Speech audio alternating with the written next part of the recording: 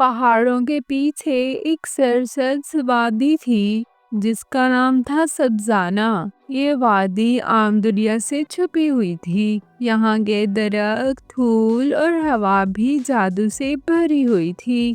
لیکن سب سے زیادہ حیرت کی بات یہ تھی کہ یہاں صرف سانپ رہتے تھے، اور وہ بھی گھاس جیسے ہلکے سبز رنگ کے نرم اور عقل مند سانپ۔ ان سب کے ملکہ تھی سپروس، ایک لمبی چمکتی خوبصورت سبز سانپ جس کی آنکھیں نیلے یاقوت کی طرح چمکتی تھیں۔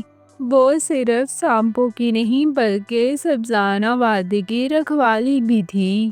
سپروس عام سانپوں سے مختلف تھی۔ وہ بول سکتی تھی، سوچ سکتی تھی اور سب زمین سے بات کر سکتی تھی۔ جب بھی کوئی درخت بیمار ہوتا، سپروس اپنی سانس سے اس کو تندرست کر دیتی۔ جب بھی بارش نہ ہوتی، وہ آسمان سے بادل بلا لیتی۔ لیکن سپروس کبھی فخر نہیں کرتی تھی۔ وہ بہت رحم دل اور نرم دل تھی۔ ہر چھوٹے سانپ سے پیار کرتی اور زمین کی ہر مخلوق کا خیال رکھتی۔ ایک دن دور پہاڑوں سے ایک اونچی آواز گونجی۔ یہ آواز تھی راجن کی، ایک زہریلا، کالا اور خونی سانپ جو زمین کو تباہ کرنا چاہتا تھا۔ راجن نے اعلان کیا، اب سبزانہ وادی میری ہوگی۔ سپروس کو ہٹا کر میں سب پر حکومت کروں گا۔ راجن کی فوج میں زہریلے سانپ، کچھوے، بچھو اور اندھیرے کے کیڑے تھے۔ جب سپروس کو راجن کے آنے کی خبر ملی تو وہ پریشان ہوئی، مگر وہ ڈری نہیں۔ اس نے اپنے تمام سانپوں کو بلایا اور کہا، ہم جنگ نہیں کریں گے، مگر ہم اپنی سرزمین کو بچائیں گے۔ ہم روشنی سے اندھیرے کو ختم کریں گے۔ سب سانپوں نے سپروس کا ساتھ دینے کا وعدہ کیا۔ انہوں نے زمین سے طاقت حاصل کی اور مل کر اپنی وادی کی حفاظت کے لیے تیار ہو گئے۔ ایک رات جب آسمان سیاہ تھا اور ہوائیں تیز چل رہی تھیں، راجن اپنی فوج کے ساتھ وادی میں داخل ہوا۔ اس کی سانپوں سے لڑائی شروع ہوئی، لیکن سپروس نے اپنی دم سے زمین پر ایک دائرہ بنایا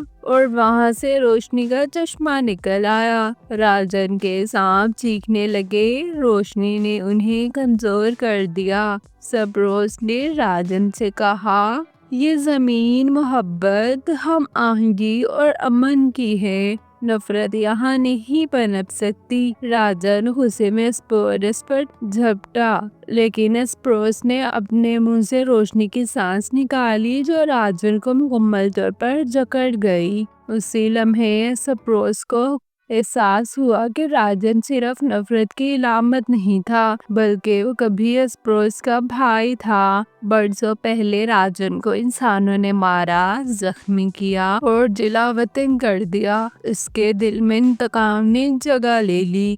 سپروس نے راجن سے کہا، تمہیں محبت کی ضرورت ہے، نہ کہ جنگ کی۔ واپس آؤ اور ہم مل کر زمین کو خوبصورت بنائیں۔ راجن کی آنکھوں سے آنسو نکلے، وہ زمین پر گرا اور اندھیرے کے سانپ روشنی میں بدلنے لگے۔